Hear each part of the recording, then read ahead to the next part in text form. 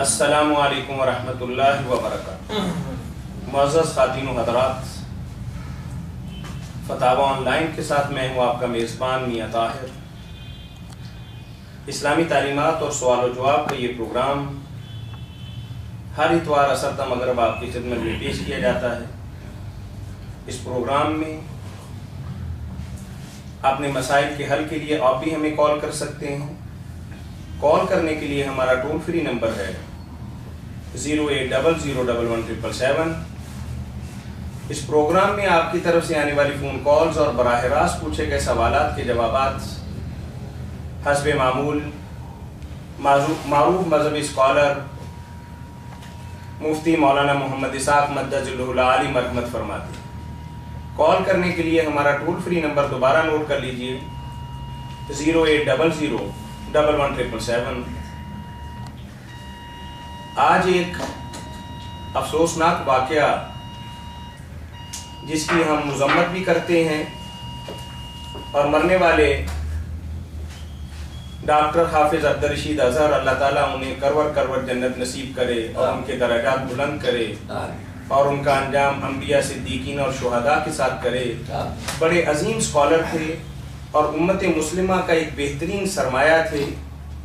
کل رات کچھ لوگ ان سے مسائل کے حل کے لیے آئے اور ان کا قتل کر کے چلے گئے۔ اتنے بڑے عالم دین کا قتل ایک بہت بڑی سازش ہے، اور ہم حکومت سے بھی عرض کریں گے کہ اس سازش کے پیچھے جو بھی عناصر کام کرنے والے ہیں ان پہ ہاتھ ڈالیں، اور یہ بہت بڑا امت مسلمہ کا نقصان بھی ہے۔ اس پہ ہم اللہ تعالیٰ سے دعا گو بھی ہیں اور ان کی مغفرت کے لیے بھی اللہ کی بارگاہ میں ہاتھ اٹھاتے ہیں کہ اللہ تعالیٰ ان کے درجات کو بلند فرمائے اور ان کا بہتر بدل ہمیں عطا فرمائے۔ ڈاکٹر عبدالرشید اظہر PhD بھی تھے، مدینہ یونیورسٹی سے فاضل بھی تھے، اور بہت سی کتابوں کے مصنف و مؤلف بھی تھے، اور بخاری اور دیگر کتابوں پر ان کا بہت زیادہ ملکہ حاصل تھا۔ ایسے آدمی صدیوں بعد پیدا ہوتے ہیں تو ہم ان کے لیے دعا گو ہیں کہ اللہ ان کا انجام اچھا کرے اور ان کا بدل عطا فرمائے اور ہمیں ان کے مشن کو پورا کرنے کی توفیق عنایت۔ مولانا بڑے دھڑکتے دل کے ساتھ انور صاحب راستے میں بتا رہے ہیں کہ میں نے پڑھا اشتہار سے آگرہ اجتماع جو آ رہا نا وہ صادقین مسجد میں پڑھانا تھا وقت۔ آج صبح جامعہ سلفیہ میں وفاق المدارس سلفیہ کا ایک اجلاس ہونا تھا کہ جس کے اندر انہوں نے 10 بجے تشریف لانی تھی۔ بڑے متحرک آدمی تھے اور بڑے فعال کردار ادا کرنے والے تھے اور بے شمار اداروں کی سرپرستی فرمانے والے۔ جی السلام علیکم ورحمۃ اللہ۔ جی فتاوی آن لائن جی الحمدللہ بیٹھیں جی۔ اچھا میں ایک سوال پوچھنا تھا۔ سوال میں نے یہ پوچھنا تھا کہ ایک تو یہ ہے کہ جو جیسے عورتوں کے باہر ہوتا ہے کہ باہر میں وہ اپنی پردہ کر کے جائیں، ٹھیک ہے، لیکن اب باہر والا معاملہ تو ختم ہی ہو گیا، بالکل گھر کے اندر ہی کیبل آ گیا، لوگ اسٹاف کا جو اتنا وہ ہونا شروع ہو گیا۔ یہ میں پوچھنا چاہ رہا ہوں گھر کے اندر جناب یہ اسلامی تربیت کا کس طرح انتظام کرو، کیا ایسا معاملہ، یہ پوچھنا چاہ رہا تھا۔ جس قیامت کا آپ نے ذکر کیا کہ گھروں میں کیبل آ گئی، اب اس سے بچاؤ کا کیا کیا ہے؟ دجال نے اور شیطان نے ہر جگہ اپنے اگلے بچے دے دیے، کوئی سمجھ نہیں آتی کہ اب ہم کیا بنے گا۔ آخری یہ گھر کی 4 دیواری تھی، اس میں بھی گھس گیا کفر۔ دین تو بالکل بس پائے ہو گیا۔ بچیاں اور مائیں کی آخری امید تھی، یہ ہماری آخری لائن تھی دفاع کی کہ یہی بچی نے اور بچوں کو کلمہ سکھائیں، اور یہ آپ بگڑ گئی کتنی بے اللہ کے رسول کی بات جو تھی کہ میں نے اپنے باپ مردوں کے لیے سب کے لیے خطرناک جو شاید چھوڑی ہے عورتوں کا کتنا واقعی پیدا ہو گیا۔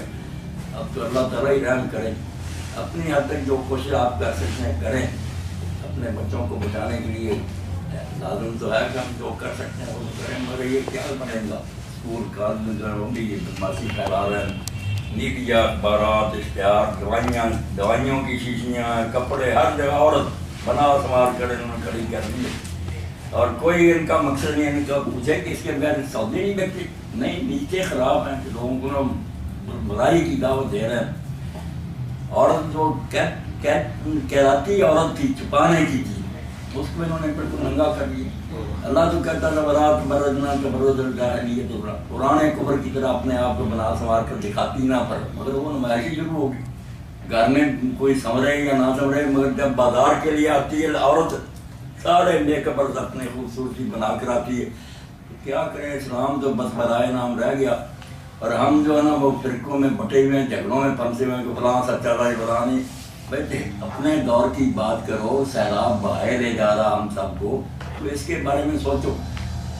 سر ویسا ایک چیز مجھے بتایا کہ میرے گھر میں نا کی رات ہے کہ نا تو اب بیگم ہونا خالی تو اس کے اوپر تو پتہ چلو جبر کر سکتا ہے، اب وہ وعدہ کی اس بات میں کچھ مسترا ہو گئی، تو اگر اس کے میں چلتا ہوں جبر کروں تو وہ بدتمیزی کا کہیں وہ بھی مسئلہ خراب ہوتا ہے، تو میں مجھے میرے لیے کیا ہوتا ہے، یہی مصیبت ہے نا، والدہ بھی ہے، والدہ بالفرض نہ بھی ہوتی، بیوی نہیں تو بچے ہی بگڑ جاتے ہیں، اپنے گھر میں نام رکھیں وہ دوسرے گھروں میں چلے جاتے ہیں، اس سے اور خرابیاں پیدا ہوتی ہیں۔ ہر طرح ہمارے نا بات سے انہوں نے راستے بالکل بند کر دیے، کوئی اب قرار کی راہ نہیں رہی۔ اب تو اللہ تعالیٰ سے ہی دعا ہے، بچوں کو لے کر ان کو پاس بٹھائیں، تھوڑا بہت اللہ کے دین کا، صحابیات کا، نیک لوگوں کا تذکرہ کریں، شاید کچھ دل میں ایمان رائی برابر رہ جائے۔ کام خراب ہی۔ چلے بھائی بہت شکریہ آپ کے کال کرنے کا، جزاکم اللہ۔ مولانا بدقسمتی یہ ہے کہ ہمارے گھروں کے اندر ہماری بیٹیاں اور بہنیں جو لباس پہنتی ہیں، ایمانداری کی بات ہے کہ ہم دیوس ہیں کہ جو اس کو برداشت کر رہے ہیں، یہی بات۔ السلام علیکم ورحمۃ اللہ۔ گونگو کچھ نہیں کہتے جی السلام علیکم ورحمۃ اللہ۔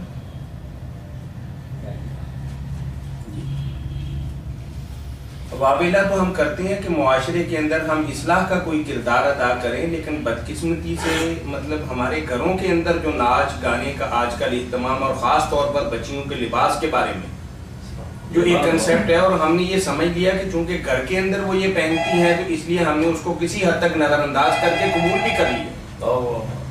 جی السلام علیکم ورحمۃ اللہ۔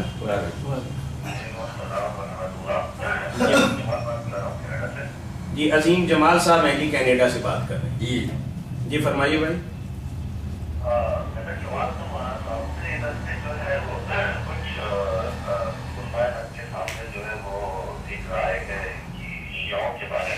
جی جی وہ کہتے ہیں کہ جو ہے شیعہ جو ہے وہ ماذا عائشہ صدیقہ رضی اللہ تعالیٰ عنہ پہ تہمت لگاتے ہیں ذاتی ہونے کی، جس سے جو ہے وہ قرآن کی آیت سورہ آل عمران کی آیت نبی ہوتی ہے۔ میں یہ بتانا چاہوں گا کہ اس میں جو ہے کی حقیقت ہے، بات میں کیا واقعیت ہے کہ کوئی شیطانی علماء یا کوئی ایک گروہ جو ہے ایسا کام کر رہا ہے، اور اس کے جو ہے آپ نے ہمیں سنا ہے کہ اگر اللہ یا اللہ رسول کی کوئی نفی کرتے تو جو ہے اس سے کفر کا فتویٰ تو آیا ہی آیا، لیکن یہ ہے کہ اپنی بات کا زیادہ بہتر دوست ہماری اصلاح کر سکتے ہیں کہ اس معاملے میں جو ہے وہ کیا ہمارا رد عمل ہونا چاہیے اور اس کی کتنی حقیقت ہے۔ چلیں آپ کے سوال کو تھوڑا سا ہم سمیٹتے ہیں تاکہ سننے والوں کو تھوڑی آسانی رہے۔ آپ نے فرمایا کہ مولانا اہل تشیع کے بارے میں یہ بات کہتے ہیں کہ وہ بھی ہمارے بھائی ہیں، ہمارا ان کے ساتھ پیار بھرا تعلق ہونا چاہیے، جبکہ وہ بی بی عائشہ صدیقہ رضی اللہ تعالیٰ عنہا پر الزام لگاتے ہیں۔ تو آپ کے کہنے کا مقصد یہ ہے کہ آیا سارے شیعہ اس الزام کے اندر برابر میں شریک ہیں، یا شیعوں کا کوئی ایک فرقہ، ان کی کچھ اقلیت ایسا کہتی ہے، تو اس کے بارے میں آپ نے وضاحت ہم سے مانگی ہے، یہی بات ہے نا سر؟ یہی بات ہے کہ اس بات کی کیا حقیقت ہے۔ بالکل وہی بات سمجھ گئے نا، سوال تو آپ کا یہی ہے نا؟ سمجھ لیا۔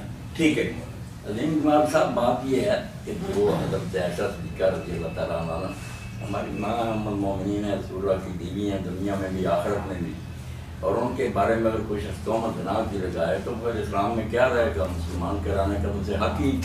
مگر یہ بات یاد رکھنی چاہیے، شیعہ حضرات جتنا جی چاہے ناراض ہیں نا ان سے، اور ناراضگی کی وجہ ان کے یہ ہے کہ رسول اللہ کے بعد جو حضرت علی سے جنگ لڑی، جس کے بارے میں کہتے ہیں کہ خلیفہ تھے حضرت علی، رسول اللہ کے بھائی تھے، داماد تھے، سارے فضائل انہوں نے سن رکھے تھے، تو یہ ان کے مقابلہ میں کیوں اتنا بڑا لشکر لے کر جنگ جمل میں گئی، اس بغاوت کی وجہ سے ناراض ہے۔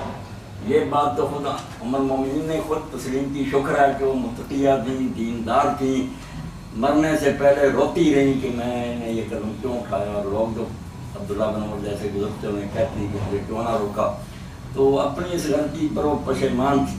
خود سید جو اپنے سلیمان صاحب ہے، سلمان منصور پر انہوں نے لفظ سے بس نہیں لکھا، نرم سے نرم لفظ کہ بشر ہوتے ہیں ان سے یہ لغزش ہو. حضور نے بھی کہا تھا کہ آپ کے کتے تو ناراضگی کی وجہ سے حضرت علی ان سے جنگ ہے، کیونکہ وہ حضرت علی کو کہتے ہیں جو اللہ کے رسول کے مقرر کیے ہوئے خلیفہ تھے، امت کے چنے ہوئے نہیں تھے. یہ ان کا دین ہے کہ حضور مقرر کر گئے، اس لیے جو ان سے لڑا ایسے ہی جیسے حضور سے جنگ لڑی، مسلمان نہیں تھا. یہ بالکل ان کا نا نظریہ. مگر زنا کی تہمت بالکل جو یہ کہتا نا جھوٹ بولتا. شیعہ کا صرف حضرت عائشہ صدیقہ نے ان کی کتابیں بھری ہیں کہ کسی نبی کی بیوی بغیر نہیں ہے، بدکار نہیں ہوئی، کافرہ ہوئی ہیں. حضرت نوح کی بیوی کافرہ ہوئی ہے، لوط کی ہے. کفر کو کہتے ہیں اخلاقی طور پر جتنے دی چاہے برا ہو، مگر دنیا میں وہ اتنا نہیں برا سمجھا جاتا جس طرح کسی کی بیوی کا بدکاری کرنا. اس سے تو پلے کوئی نہیں رہ جاتا. اس لیے بیوی کسی نبی کی وہ کہتے ہیں کافرہ نہیں ہوئی. خدا کے حضرت عائشہ یہ نام تو ہے جھوٹا. باقی حضرت علی سے جنگ کرنے سے کہتا ہے ایسا ہی ہے. ایک حدیث بنائی ہوئی نا سنیوں کی کتابوں میں حدیثیں بہت بن گئی کہ عرب و کاربی، اے علی تیرے ساتھ جنگ میرے ساتھ جنگ کے برابر. وہ کہتے ہیں کہ حضور کے ساتھ جنگ کے برابر پھر کیسے مسلمان رہ گی؟ مسلمان نہیں، نہ یہ جنتی ہے نہ وہاں حضور کی بیوی ہوئی ہے، سب بکواس کر ہے. مگر زنا کی تہمت اللہ کی شاہد ہے کہ ان کی کتابیں بھری ہوئی ہیں کہ کسی نبی کی بیوی بدکار نہیں، جانیہ نہیں. اس لیے عظیم دماغ یہ بات جو بھی کہ اس کو کہا یار خدا کا خوف کر، ان کی ناراضگی اور سبب سے ہے یہ زنا والی بات تھی. مولانا یہاں درمیان میں ایک چھوٹا سا سوال بھائی کی اجازت سے پوچھنا چاہیں گے. آیا یہ سب اہل تشیع کا یہی نظریہ ہے کہ بی بی عائشہ کی یہ رضی اللہ تعالیٰ عنہ کی یہ بہت بڑی اور سنگین غلطی تھی، یا جو بھی وہ بات کہتی ہیں، یا شیعوں کی بھی ایک خاص کوئی ٹولہ ہے جو یہ بات کہتے ہیں؟ نہیں، یہ تو سارے کہتے ہیں. اچھا، میں جملہ ان کی مطلب ایک ہی بات ہے. ٹھیک ہے. یہ الزام لگاتے ہی نہیں ہے، مولانا نے فرمایا نہیں لگاتے، زنا کا الزام نہیں لگاتے. یہ عظیم جمال بالکل نام کی کسی کتاب میں نہ بلکہ کہ خود کہتے ہیں جو کہا کہ ام المومنین نے بدکاری کی تھی وہ کوئی شیعہ نہیں کافر. اس کو نہیں میں دلاتا کوئی. مطلب ناراضگی، نفرت اور غصہ اپنی جگہ، لیکن یہ الزام اس کے اندر شامل نہیں کہتے ہیں. کوئی شیعہ یہ بات نہیں کہتے. میں نے تب سنا یہ بات جو ہے وہ مطلب کی رائے سے بتائی تھی کہ اس سے جو ہے وہ قرآن کی کوئی سورہ آل عمران کی آیت ہے اس کی بھی نفی ہو جاتی ہے. نہیں، آپ عظیم دماغ جو ہے نا آپ کا حافظہ صاحب نہیں دے رہا. آل عمران میں ایسی کوئی آیت نہیں. یہ ہے سورہ نور. سورہ نور میں حضرت عائشہ صدیقہ کی برات ہے نا کہ وہ پاک ہیں، الزام لگانے والے جھوٹے ہیں. سورۃ نور کی آیتیں ہیں. اس کا علماء کہتے ہیں نا اگر کوئی آج کہے کہ نہیں وہ الزام سچا تھا تو پھر قرآن کی ان آیتوں کا منکر ہی ہوا. سورہ نور ہے، آل عمران میں نہیں یہ بات آتی. غلطی ہو گئی. سورہ نور میں نا واقعہ کے بارے میں آیات. ٹھیک ہے سر، چلیں عظیم جمال صاحب لائن پہ رہیے گا. آپ کے حوالے سے آپ نے ای میل کے ذریعے ہمیں ایک سوال بھیجا تھا، پچھلے ہفتے ہم اس کا جواب نہیں دے سکے. میں پڑھتا ہوں، آپ جواب سن لیجئے. مولانا عظیم جمال صاحب نے کینیڈا سے ہمیں ای میل کے ذریعے سوال پوچھا تھا کہ یہ غیر ضروری بال جو ہیں ان کی کتنے دنوں کے اندر صفائی ستھرائی ضروری ہے. ایک تو سوال ان کا یہ، اور سوال کا دوسرا حصہ یہ ہے کہ آیا عورتیں مردوں کی طرح ریزر استعمال کر سکتی ہیں یا مرد عورتوں کی طرح ہیئر ریموور کریم استعمال کر سکتی؟ جواب فرمائیں. بہت اچھی بات. یہ ضرور کی باتیں ایسی باتیں پوچھنی چاہیے تاکہ سب کو نہ گھر بیٹھے مسائل کا پتہ چل جائے. یہ بال جو ہے نا ان کے لیے بہتر تو یہ ہے کہ ہر ہفتہ صاف کیے. درمیانہ درجہ یہ کہ 15 دن اور آخری حد 40 دن. 40 دن آپ نے آخری حد مقرر کیا. اس سے اگر زیادہ کوئی نہیں صاف کرتا پھر کیا وہ سیکسی بننا چاہتا مسلمانوں والی بات کوئی. ٹھیک ہے، 40 جو ہے نا یہ آپ نے وقت مقرر کیا. اس سے پہلے ہر ہفتہ 15 دن یہ بہت اچھا، جتنی صفائی کرے عمدہ بات. اور دوسری بات ہے نا یہ عورتوں کے بارے میں بعض لوگوں نے مشہور کر رہا، ہم بیٹیوں سے سمجھتے ہیں کہ عورت اگر لوہا استعمال کر رہے نا تو پھر اس کا جنازہ اٹھایا نہیں جاتا، بھاری ہو جاتا ہے، بڑا بوجھ ہوتا ہے. یہ سب بکواس ہے. حدیث پاک میں جو لفظ ہے تستحدہ کہ لوہے سے عورت بال صاف کرے، وہاں یہ بال صفا جو ہے نا نکلا ہے ان کا تصور ہی نہیں تھا. لفظی استعداد ہے کہ لوہے سے، اس لیے ریزروں سے کرے جس طرح کی چاہے مرد اور دونوں برابر ہیں. اور مرد بھی اگر یہ پاؤڈر وغیرہ استعمال کرے جن کو ایسے بال صاف کرنے ہیں اس سے کوئی غرض نہیں. یہ بالکل اس طرح کی بات ہے جس طرح مسواک کریں منہ صاف رکھو. اب کہتے نہیں بس درخت کی ٹانی سے کرو، یہ نئی چیزیں نکل آئی ہیں یہ نہ استعمال کرو. یہ کرنے والی بات ہے ٹوتھ پیسٹ وغیرہ نہیں. دانت صاف کرنے جس طرح پہ ہوتے ہیں، اسی طرح بال صاف کرنے ہیں، وہ پاؤڈر سے ہوں یا ریزر سے، دونوں کے لیے ایک ہی مسئلہ ہے، مرد اور دونوں اس طرح کر سکتے۔ عظیم جمال صاحب بات واضح ہو گئی؟ بات واضح ہو گئی، دوسری بات صرف آگے کی طرف بھی ہوتے ہیں یا پیچھے کے بھی ہو جائے گا، کسی کے پیچھے کی بھی بات کرتے ہیں اسے نظر آتے ہیں، تو کیا بالٹی کو صاف کرے گا؟ ہاں ٹھیک ہے عظیم بھائی، ویسے تو سارے بند سے اگر کوئی آدمی اپنے بال بول کرتا تو کرتا رہے، مگر مصیبت ہی گلے پڑے گی نا، پھر وہ بال زیادہ آئیں گے، کیا فائدہ؟ بعض لوگ چھاتیوں پر سے بھی رگڑتے ہیں، دوسرے منع کوئی نہیں کرے کوئی اپنے بدن میں اگر مناسب رنگ کا، مگر اس کی عادت نہ ڈالے، پھر وہ بال زیادہ آتے ہیں۔ جو حکم ہے نا زیر ناف، یہ ناف کے نیچے جو نا بال، ان کو ختم کرنے کا، اور بدن کے بال وغیرہ سامنے والا حصہ یہ سامنے والا، باقی ہے خام خواہ باقی بدن کی ضرور نہ جانے کی کوئی ضرورت نہیں۔ کوئی اپنے شوق سے کرتا تو حرام نہیں، مگر اس سے مصیبت بڑی پڑتی، جو لوگ زیادہ نا مشین وغیرہ پھرواتے ہیں یا اس طرح پھر بہت بال آتے ہیں، حریف کی طرح ہو جاتا ہے۔ عظیم بھائی بات واضح ہو گئی؟ مولانا نے یہ فرمایا ہے کہ آئیڈیل پوزیشن یہ ہے کہ ہر ہفتے بعد ایسا کام کیا جائے، 2 ہفتے بعد بھی کر سکتے ہیں، اگر خدا نہ خواستہ کو پریشانی ہو تو 40 دن سے زیادہ نہیں، اس سے زیادہ۔ اور دوسری بات مولانا نے یہ بتائی ہے کہ مرد اور عورت دونوں چیزوں کے استعمال کے اندر برابر کے مطلب حق رکھتے ہیں، اور کسی کو کوئی چیز منے نہیں۔ ٹھیک ہے سر، جزاکم اللہ حسن الجزا۔ چلے کچھ پوچھنے لگے تھے؟ السلام علیکم ورحمۃ اللہ۔ وعلیکم السلام ورحمۃ اللہ۔ جی فرمائیے، یہ سلیمان نور صاحب ہیں جی، کینیڈا سے بات کر رہے ہیں۔ ماشاء اللہ، کینیڈا سے بہت سارے جو ماشاء اللہ بہت زیادہ۔ جی فرمائیے بھائی۔ السلام علیکم۔ وعلیکم السلام ورحمۃ اللہ۔ مولانا میں آپ سے سوال پوچھنا تھا پردے سے متعلق۔ ڈاکٹر ذاکر نائک اور جوہر رافی صاحب کو سننا تھا کل تھا نا، تو ان کی سورہ رات کی آیت ہے نا، گھر سے باہر نکلنے کا جو پردہ عورت کا، ڈاکٹر ذاکر نائک اس وقت بتاتے ہیں کہ عورت کے لیے نا جگہ کا پردہ نہیں ہے، اور اس کی وہ دلیل یہ رکھتے ہیں کیونکہ حج اور روز جو موقع ہوتا ہے جب عورت کا احرام کرنا ہوتا ہے تو اس میں منہ اور جو ہاتھ ہے وہ عورت جو دکھا دیتی ہے، اور کوئی بھی چیز جو کہ نارمل حالات ہے حرام ہے وہ کسی موقع پر آ کے حلال جو سکتی ہے، اگر جیسے کا مطلب بڑے جنسل اگر لڑکی کی بچ نہیں ہے، اگر وہ گھر سے باہر نکل نہیں ہے تو وہ جیسے کا مطلب آپ کا پڑتا ہے احکام کی حالت سے پڑتا تو اس کی دلیل کو جو دیتے ہیں۔ سلمان بھائی، جو خاص آیت ہے نا جلابی جو آیت ہے وہ کہتے ہیں کہ جو آیت ہے کہ خاص ایک موقع کے لیے آئی تھی، یہ بھی اس میں کیا بینک کے خود مناسب ہے، وہ اس میں مطلب آپ کی کیا ہے؟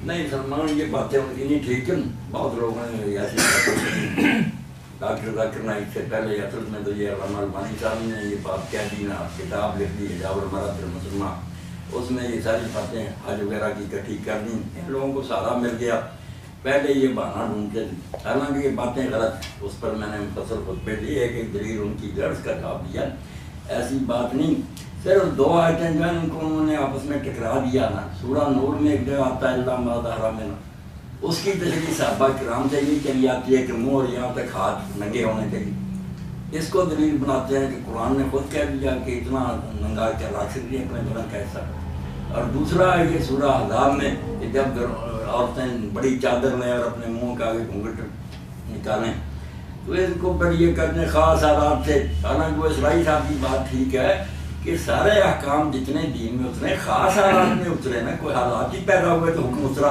مگر جب اتر گیا تو قیامت تک لیے۔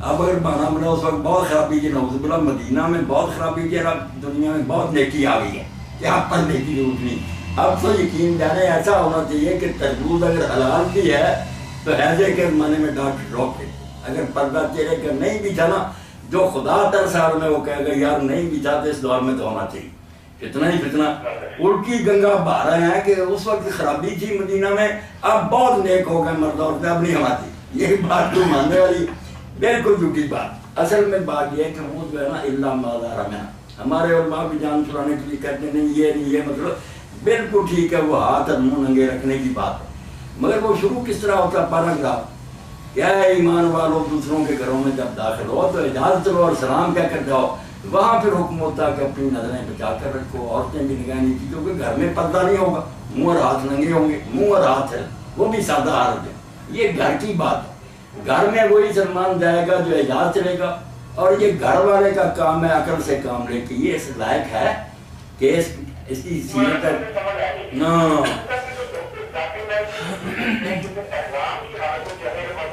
نہیں احرام میں جو کہتے چہرے کا پردہ، یہ بھی غلط بات ہے، پردہ کر سکتی ہے اور کرتی بھی ازواج مطہرات صافیات، صرف یہ ہے کہ جس طرح مرد کو قیمتی لباس سے روک دیا گیا کہ درویشی اختیار کرو، صرف ایک چادر نیچے کندھوں پر ڈالو، عورتوں کو بھی کہہ دیا گیا کہ تم نہ نقاب نہ کرو، یہ برقع تیرا پردے کا نہیں روکا گیا، پردہ چادر سے کریں تو بالکل کریں۔ حضرت ایسا بن جری صاحب کہتے ہیں کہ جب لوگ آتے تھے تو ہم اپنی چادریں نیچی کر لیتے، منہ اپنے ڈھانپ لیتے احرام میں بھی۔ صرف جو ہے نا فیشن، برقع فیشن، اس کا کہ اس لباس کو چھوڑ دو، یہاں ذرا فقیری درویشی اختیار کو، سادہ لباس اور چادر سے منہ ڈھانپنا، یہ جو کہتے ہیں نا نہیں چہرہ ڈھانکنا نہیں، اور اگر چہرے سے لگ گیا کپڑا تو دام پڑ جائے گا، بالکل جھوٹ بولتے، کوئی دام نہیں پڑتا۔ اور پنکھے باندھتے ہیں، پھر آگے یہ مولوی حضرات کہتے ہیں آگے پنکھا باندھے تاکہ چہرے سے پرے رہے، سب فراڈ ہے، بے شک چہرے سے لگتا رہے، کوئی حرج نہیں، بس یہ ہے کہ ہمیشہ کے لیے نقاب جیسے نا برقع، یہ وہ سادگی کی خاطر ہے، یہ نہیں کہ پردہ نہیں۔ پھر آپ دیکھیں کہ احرام کی عادت ہے نا، ویسے تو ہم ہر جگہ بگڑ گئے، مگر حج کا موقع، عمرے کا موقع، اس وقت لوگ فقیر اور درویش بنے اللہ کے سامنے بندگی کے لیے جا رہے ہیں یا عیاشیوں کے لیے جا رہے ہیں، اس موقع پر بھی اگر کوئی بری نظر کرتا ہے تو یہی بات ہے جیسے مولانا رضا خان رحمۃ اللہ نے بڑی پیاری مثال دی کہ خبردار میدان عرفات میں اگر عورتوں کے چہرے ننگے ہیں تو تم نے ان کو دیکھا نا تو ایسے ہی جیسے شیر کے پاس اس کا بچہ بیٹھا ہو تو دیکھے گا نا تو شیر چیر دے گا، وہ اللہ کی دیکھیاں، اللہ کے نبی کی امت کی دیکھیاں، اللہ خود دیکھ رہا کہ تم میرے دربار میں حاضر ہو کر ان کو تک رہے۔ یہ مثال بھی ہے کہ جیسے شیر کا بچہ اس کے پاس اس کو دیکھے نا شیر فوراً حملہ آور ہو، مثال بھی ہے کہ اللہ تعالیٰ شیر سے بھی زیادہ غیرت مند ہے، اور یہ بچیاں جو اس کی بندیاں، اس کی لونڈیاں، تو جو حج میں بھی اس طرح بکواس کرتا پھرتا پھر اس نے کیا حج کرنا، ورنہ وہاں تو کیا سوچے گا۔ بلکہ آپ یقین جانے وہ حدیث میں جو آتا قیامت کے دن جب پہلے قبروں سے نکلیں گے نا، قبر نہیں ہوں گے، مرد عورتیں سب ننگے، سب سے پہلے ابراہیم علیہ السلام کو لباس پہنایا جائے گا، پھر دوسروں۔ وہاں لوگوں نے پوچھا، حضرت ایسا ذکر نے پوچھا اللہ کے رسول کیا بنے گا، عورتیں ہی ننگی اٹھیں گی، آپ نے فرمایا ایسا وہاں کسی کو یہ ہوش ہوگی، کون دیکھتا ہوگا، طوطے اڑے ہوں گے، نگاہیں اوپر ہوں گی، جان کے لالے پڑے، جان کے لالے پڑے ہوں گے کہ کیا آ گیا وقت۔ اس لیے اگر حج کو کوئی سوچے کہ حج ہے کیا، کہاں میں کھڑا ہوں، تو پھر کیا دیکھنا ہے اس نے عورتوں کی طرف، اگر عورتیں مرد وہاں بھی یہ کام کرتے ہیں، سلیمان ڈر بے ایمان حج تو نہیں کرتے، مخصوص حالات میں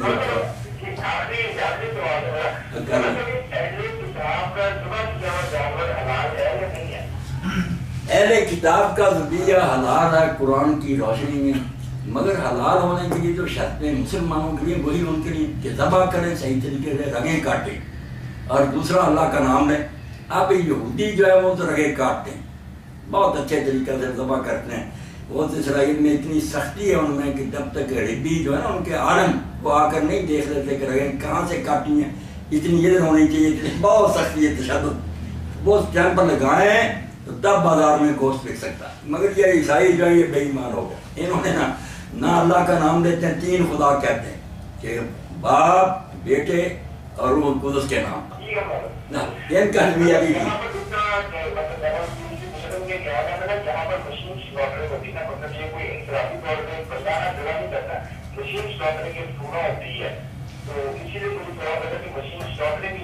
نہیں، یہ نہیں دیا، یہ مشینی دیا نہیں سلمان کی، یہ نہیں درست، آدمی کو رگیں کاٹیں، یہ جائز نہیں ہے مولانا صاحب، بالکل رگیں نیچے سے کاٹنی۔ ہاں سعودی عربیہ میں بھی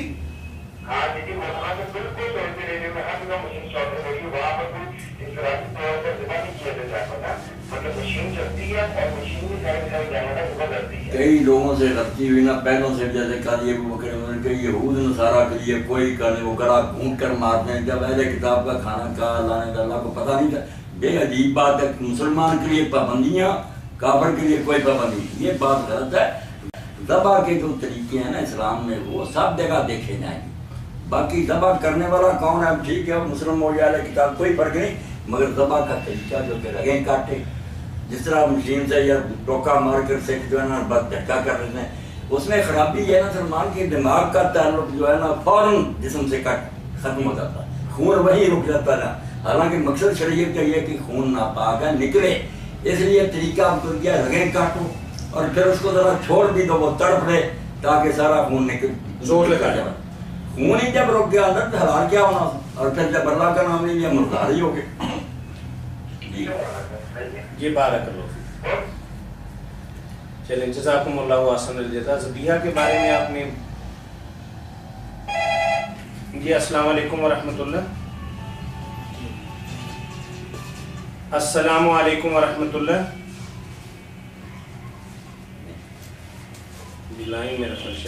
السلام علیکم ورحمۃ اللہ. آپ نے بہت خوبصورت ذبیحہ کے بارے میں بات فرمائی کہ مسلمان کے لیے تو شرائط ہیں اور غیر مسلم کے لیے سادہ بات یہ ہے کہ اس کا ذبیحہ کھایا جائے گا. السلام علیکم ورحمۃ اللہ. جی جی مولانا تشریف فرمائیں. وعلیکم السلام ورحمۃ اللہ. وعلیکم السلام ورحمۃ. میں جواب دے رہا ہوں.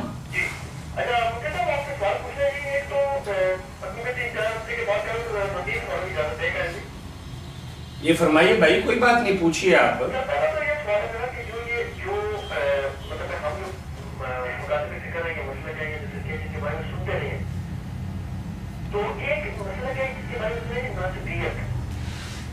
ہاں ناسبیت یعنی ناسبی جن کو کہتے ہیں.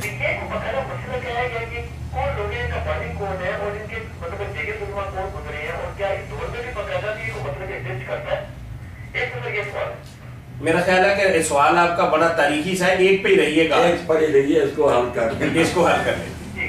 ناسبیت اسلام کا کوئی گروہ نہیں, نہ کوئی ایسی بات ہے. جو لوگ مسلک کے ہو گئے نا حکومت وقت کے حامی ہو گئے اور انہوں نے اہل بیت سے دشمنی کو اپنا ایمان بنا لیا کہ حضور کے خاندان سے ہونا کوئی فضیلت نہیں, اصلی علی یا دوسرے جانا کوئی شے نہیں ہے, اور ان کو برا کہنے لگے, لعنت کرنے لگے.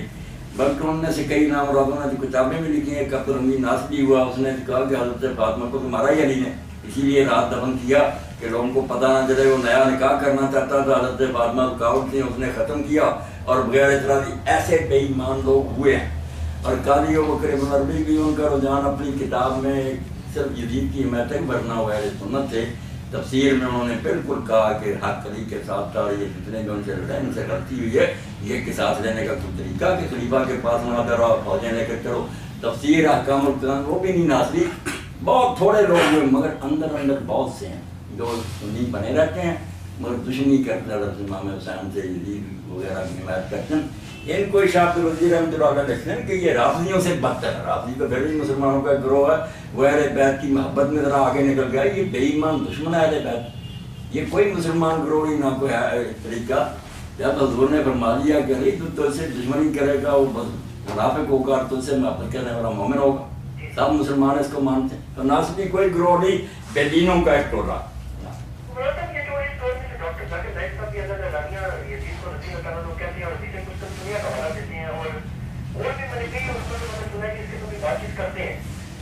یہ میں نے جیسے ذکر کیا نا, نہیں کیٹیگری میں کیا رکھنا, بس وہ تھوڑی سی غلطی کھا گیا کہ دشمن نہیں ہوئے بیٹھ کے, بہت اچھے لوگ ہیں. پھر یہ کہ وہ حدیث کی بات ہے نا, سمجھتے ہیں کہ وہ بخشش کا وعدہ حضور نے فرمایا, پھر جنتی ہو گئے, جو بھی قصور سے ان کے معاف ہو گئے.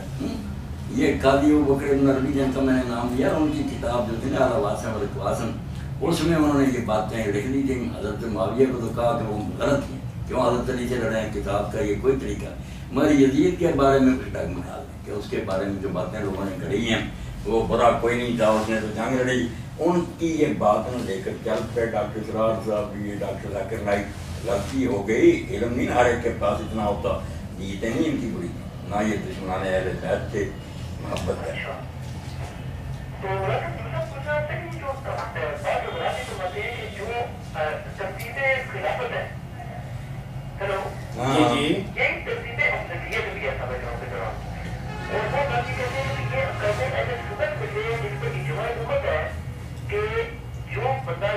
کے عبادت کی حضرت مبکر صدیق رضی اللہ عنہ تمام انبیاء کرام کے پاس تمام انسانوں کا افضل ترین نہیں ہے، یا مطلب کسی اور بات کو مانتا ہے یا حضرت علی کو مانتا ہے یا ان کی ترتیب کو کچھ خراب کرتا ہے کہ وہ دائرے اہل سنت سے نکل جاتا ہے. نہیں اہل سنت کا کیا چیز ہے اس کی کیا دلیل؟ نہیں مثلا آپ اس پر ہی ختم کریں. دائرہ اہل سنت سے کوئی نہیں نکلتا. اہل سنت میں اس بارے میں بڑے بڑے اختلاف ہیں، خاص کر کے حضرت عثمان اور حضرت علی رضی اللہ عنہ کے بارے میں تو بہت اختلاف ہے. بڑے بڑے جو نیک ہیں نا اہل سنت کے علماء، ان میں سے کئی کہتے تھے خلافت حضرت عثمان کی ٹھیک ہے، امت نے انہیں چن لیا، مگر وہ حضرت علی ان سے افضل ہے. یہ بڑے بڑے اہل سنت کے اماموں کا عقیدہ ہر کتاب میں لکھا، کوئی وہ اہل سنت سے نہیں نکلے. اسی طرح وہ کہتا کہ میں حضرت علی کو افضل مانتا ہوں مگر حضرت ابوبکر عمر سے محبت کرتا ہوں، ان کو نیک سمجھتا ہوں، کیوں اہل سنت سے نکل جائے؟ یہ عقیدہ جو تفصیل ہے نا، یہ بڑی بڑی جو کتابیں شرح مواقع شرح مقاصد، اس سے بڑی کوئی کتاب سنی ہے نہیں عقیدے ثابت، وہاں بھی مانے کہ یہ بالکل ایک خیال کی بات ہے، کوئی اس کی دلیل نہیں، نہ اس کا کوئی ثبوت ہے شریعت میں کہ جو اس کو خلافت پہلے مل گئی وہ افضل ہے، کوئی افضل کی دلیل. یہ ہے کہ لوگوں نے اس کو چنا. کتنے اہل سنت میں ایسے گزرے جو کہتے نہیں حضرت عمر بہت درد اعلیٰ ہے ابو بکر رضی اللہ عنہ، ٹھیک ہے وہ خلیفہ پہلے بنے اور عمر کے برابر ہو سکتے ہیں، کسی نے ان کو کچھ نہیں کہا. اچھا کوئی بات نہیں، آپ کے بہت سے سوال ہو گئے، آپ کے سوال ختم نہیں ہوں گے نا. ختم کریں نا. اور لوگ یہ خطبے جو ہے جعلی بنائے، شیعوں نے 12 امام داخل کر لیے خطبوں میں، انہوں نے خلیفے کر لیے، سب بناوٹی بات ہے. بس دین یہ اللہ کے رسول کا ذکر کرو اور بعد میں سب مومنوں کے لیے بخشش کی دعا کرو.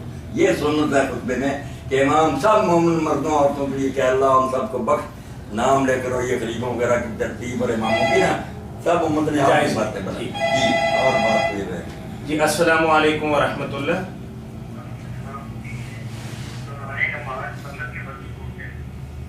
دوران نماز ہاں ہاں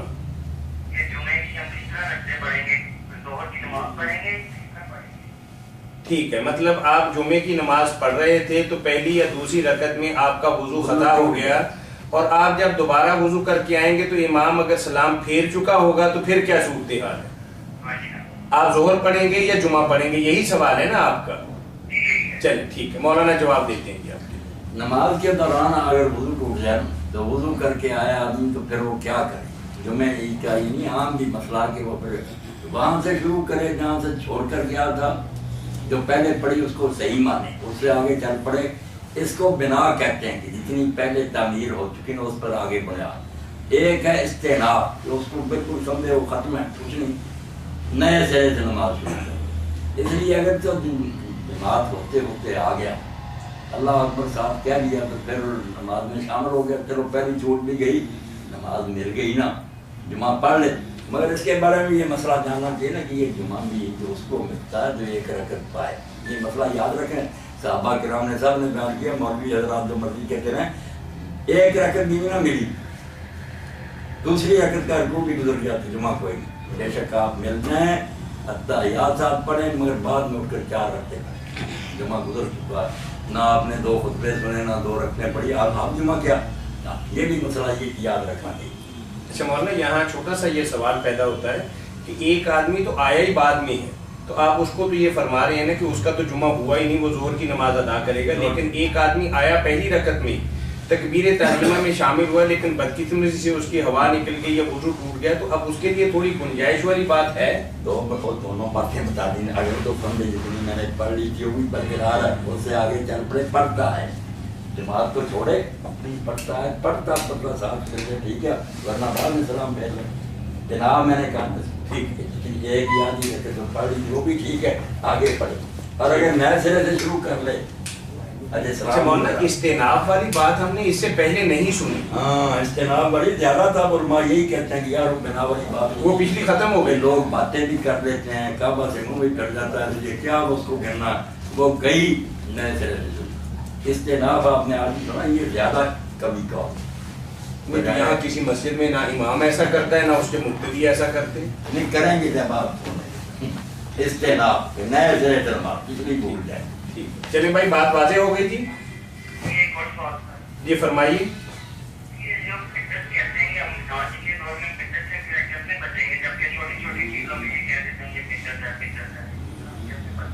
ٹھیک. بدعت کے بارے میں بھائی پوچھ رہے ہیں. بدعت کے بارے میں پہلی بات تو یہ کلیئر ہونی چاہیے کہ بدعت جو ہے نا دین میں لغت کے لحاظ سے تو ہر نئی شاید بدعت ہے. یہ ٹیلی فون بھی اور یہ اسپیکر اور جو سب کچھ بدعت ہی ہے. نئی چیزیں نکلی مگر یہ وہ بدعت نہیں جس کو دین میں برا کہا گیا. یہ وہی چیزیں جس کے بارے میں حضور نے فرمایا تھا کھجوروں کی تیل کے معاملے میں کہ تم دنیا کے کام آپ بہتر جانتے ہو. یہ دین نہیں نہ ثوابت آپ کے لیے. اسی لیے اسپیکر ہندو بھی استعمال کرتا, ہم بھی کرتے ہیں, جہاز میں سکھ بھی چڑھتا ہمیں.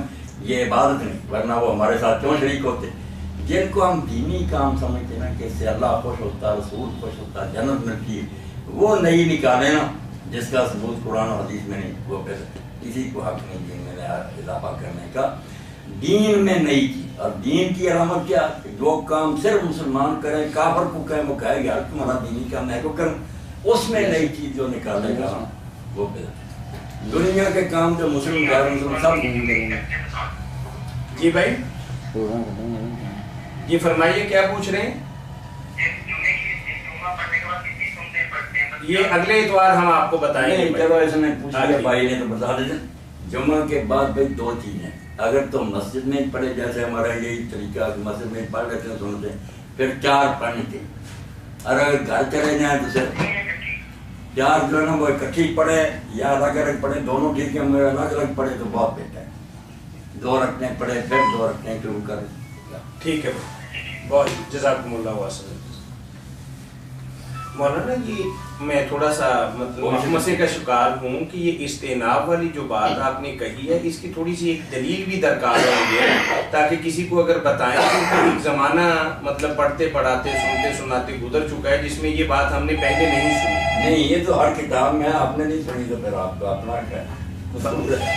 جی السلام علیکم ورحمۃ اللہ. اس کو بہتر شمار کریں. جی وعلیکم السلام ورحمۃ اللہ. امین شاہ صاحب کیسے ہیں آپ؟ جی فرمائیے کیا پوچھیں.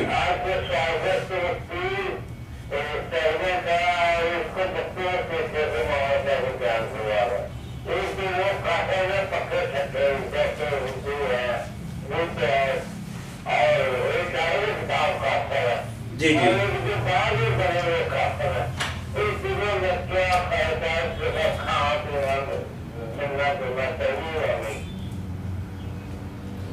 صاحب بیمار ہوئے. جی ٹھیک ہے. ایک آپ نے یہ پوچھا ہے کہ ایک تو ایسے کافر ہیں کہ جن کا پہلے سے ہی ہمیں پتا ہے جیسے بدھ مت کو ماننے والے یا مطلب باقی لوگ ہیں. دوسرا سوال آپ کا کیا ہے؟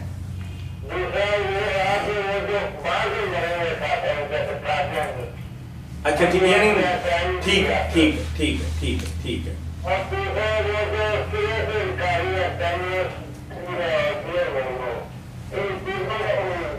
جی ٹھیک ٹھیک. اللہ تعالیٰ امین صاحب آپ کو تندرستی دے, آپ کی آواز اللہ صاحب نہیں کوئی بیمار معلوم ہوتے ہیں, شفا بخشے. نہیں آپ کے سن رہے ہیں مولانا, آپ کی بات سن لی, آپ کو جواب دیں. سارے لوگ کہ جو کھانے نا عام دن میں گوشت چلیں وہ حلال چیزیں صاف ستھرے برتنوں میں, امین صاحب سنے وہ ہندو پکائے, بدھ پکائے, چوڑا پکائے, چمار پکائے, بیڑیا پکائے, برتن صاف ہیں, چیز وہ ہماری شریعت میں حلال ہے. تو اس کے ہاتھ یا اس کے برتن اس چیز کو ناپاک نہیں کرتے. ہم سب دنیا کا کھا سکتے ہیں اگر تو اس میں گوشت نہیں. گوشت آئے گا تو پھر دیکھیں گے کہ وہ ذبح مسلمان نے کیا یا اہل کتاب نے کیا. گوشت کے لیے پابندی, باقی کھانوں کی دالیں اور ایسے سبزیاں وغیرہ, یہ بریانی وغیرہ اس میں کوئی نہیں. جو عجیب ٹائپ کا ہے, برتن صاف ہونے چاہیے اور چیز جو نا وہ ہمارے دین میں حلال ہوگی. اچھا ایسے ہی قادیانیوں کے بارے میں بھی یہی فتویٰ ہے؟ قادیانیوں کا بھی کھا لیا کریں, کوئی بات یہ ٹھیک ہے, کھانے کا ان کا ذبیحہ بھی کھا سکتا ہے. بس یہی ہے کہ ان کو نا مسلمان نہ مانے, نہ ان سے زیادہ محبت کریں. ایسا نہ ہو کہ آپ کو کھائیں چیز نہیں, لوگوں کے پاس علم ہے نہیں. مولانا ان کا جو عام دال سبزی ہے بس بات ٹھیک نہ بیان اتنی کر دی. ٹھیک ہے ٹھیک ہے ٹھیک ہے چلیں. جی مولانا ہمارے پاس ایک سوال ہے کہ بچے یا بچی کی کتنی عمر تک پیشاب کپڑے کو لگ جائے تو نماز پڑھ سکتے ہیں؟ جو پیشاب بچے بچی کا اس کے بارے میں جو حدیث پاک میں آتا ہے کہ بچے کا پیشاب دینا اس پر چھینٹے ہی مارنے کافی, دھونے کی ضرورت نہیں, بس تھوڑے سے چھینٹے اس پر پھینک دیجیے. بچی کا جو اس کو دھویا جائے, مگر یہ اس وقت تک ہے جب تک وہ دودھ ہی پیتے ہیں، کھانا نہیں کھاتے. جب کھانے پر لگ جائیں تو لگتا ہے کہ دونوں کا دھونا پڑتا. جی السلام علیکم ورحمۃ اللہ. جی فرمائیے بھائی. تھوڑا آواز اونچی کیجیے بھائی، آپ کی آواز نہیں ہم تک پہنچ رہی. نہیں پتا کیا. جی چلے ٹھیک ہے. بچے دوبارہ کال میں ڈالیں. جزاکم اللہ خیر الجزا. ایک آسانی جو حضرت امام مالک رحمۃ اللہ علیہ نے تجویز کی ہے، اس کا بھی خیال رکھنا چاہیے. بہت سی باتیں ہیں اللہ تعالیٰ کی دی اکرم سے علماء نے سمجھی ہیں کہ جو ماں اور باپ ہر وقت اس بچے کو بچی کو اٹھاتے ہیں ان کے یہ چھینٹے مارنے یا دھونے کا کوئی حکم نہیں. وہ بے شک پیشاب کرتے رہیں، نمازیں پڑھیں. یہ اب جس نے اچانک اٹھایا نا کبھی کبھار، اس پر اگر ہو گیا تو پھر جب تک وہ کھانا نہیں کھاتے یہ چھینٹے مار رہے ہیں دھو رہے ہیں. یہ بھی بات بڑی مقبول ہے کہ جو ہر وقت سنبھالتے ہیں وہ بیچارے ہر وقت دھوتے رہے. السلام علیکم. اس مصیبت میں ہم نماز ہی نہیں پڑھتے، تو انہوں نے یہ بڑی معقول بات کہی. جی السلام علیکم ورحمۃ اللہ. ان کے لیے رعایت.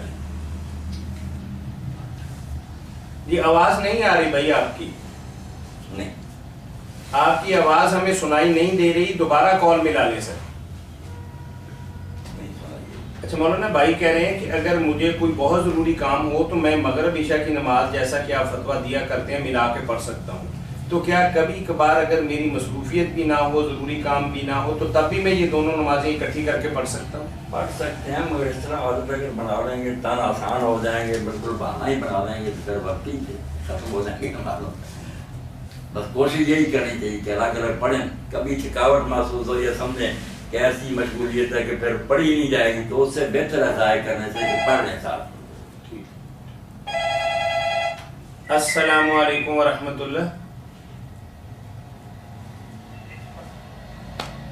السلام علیکم ورحمۃ اللہ وبرکاتہ. آپ کے ٹیلی فون سیٹ میں شاید کوئی خرابی ہے جس کی وجہ سے آواز نہیں آ رہی. ہاں بالکل ٹھیک ہے.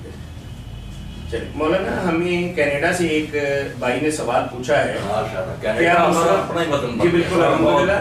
میں اپنے سامعین کو بتاتا چلوں کہ وہ ہمیں بذریعہ ای میل بھی سوالات کر سکتے ہیں، اور ای میل کرنے کے لیے ہمارا ایڈریس نوٹ فرما لیے: alharman777@gmail.com.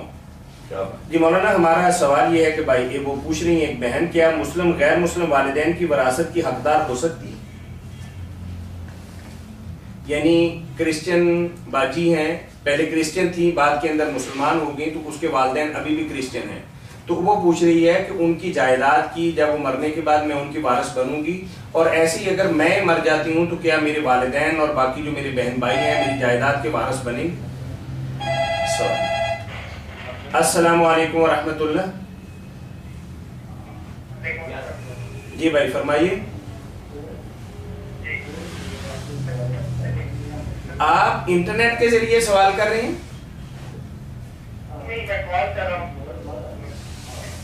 آواز پھر کیوں آپ کی کٹ رہی ہے اور صحیح سنائی نہیں دے رہی سر؟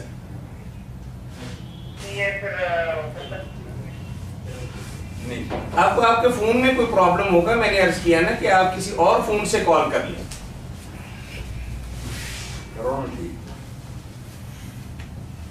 گڑبڑ ہے بھائی. جی السلام علیکم. جی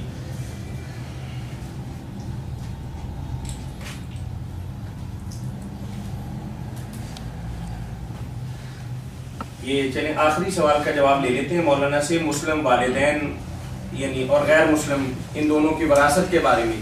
خراب ہو گیا، کوئی بات نہیں، رہنے دیں آپ ضرور صاحب. جی جواب دیجیے مولانا. بس جواب سن لیں. ٹھیک ہے کہ مسلم اور غیر مسلم آپس میں وارث ہوں گے یا نہیں ہوں گے؟ یہی سوال.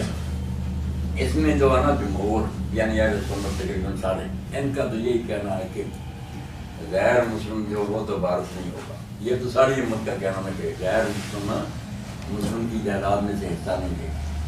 باقی رہ گیا تو غیر مسلم مرا تو اس میں سے مسلم کو ملے گا ہی نہیں. اس میں ہمارے تو سارے اہل حدیث اور اہل سنت یہی کہتے ہیں کہ نہیں، اس کو بھی نہیں ملے گا. مگر حضرت معاویہ رضی اللہ عنہ نے بھی اجتہاد کیا. اجتہاد کیا کرنا تھا انہوں نے اہل بیت سے لے لیا کہ جو کافر مرے گا نا مسلمان اس کی تعداد میں سے حصہ لے گا. اور جو مسلمان مرے گا اس کی جائیداد. انہوں نے کہا اسلام جو ہے نا وہ حق بناتا ہے گٹاتا نہیں. یہ مسلمان ہو گیا تو اس کو کیوں سزا ملے؟ اس کو تو چاہیے ساری اس کی جائیداد مسلمان کو ملے، مسلمان کی کافر کو نہیں ملے.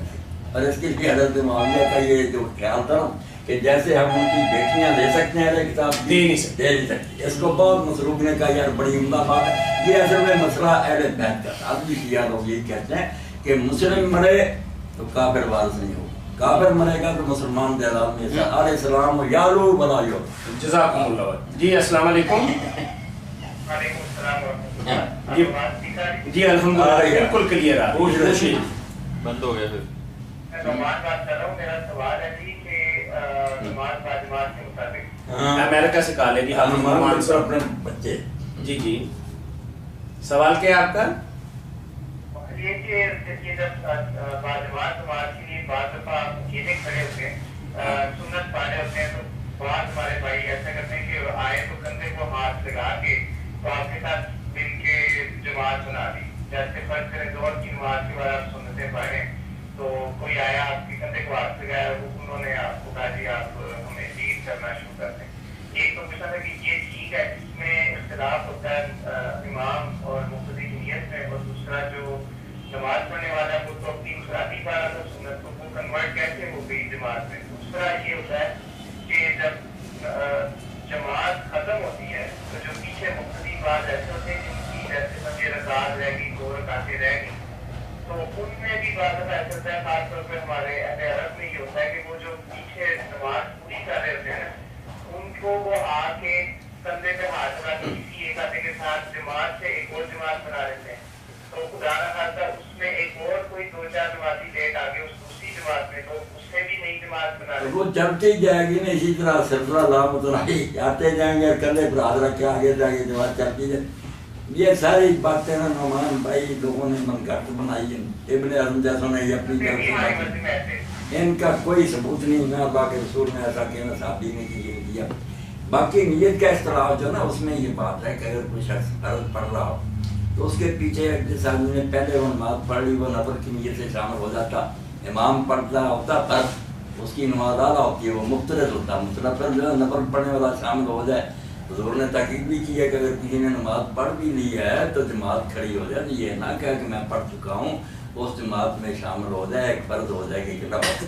مگر امام جو ہے نا وہ نفل پڑھے اور پیچھے فرض پڑھے، یہ بہت اختلافی مسئلہ. شروع سے اس میں نا بہت فساد ہے، اس میں پڑھنے کا کوئی فائدہ نہیں. امام کی نماز فرض کی حالت میں اعلیٰ ہے نا، تو جیسے انجن طاقتور ہو تو پیچھے ڈبے کمزور بھی ہو تو کھینچ کے نفل والے کا گزارا ہو جاتا ہے. مگر نفل والا آگے ہو یہ اختلافی ہے، اس کی کوئی مضبوط دلیل نہیں، یہ نہیں کہلاتے.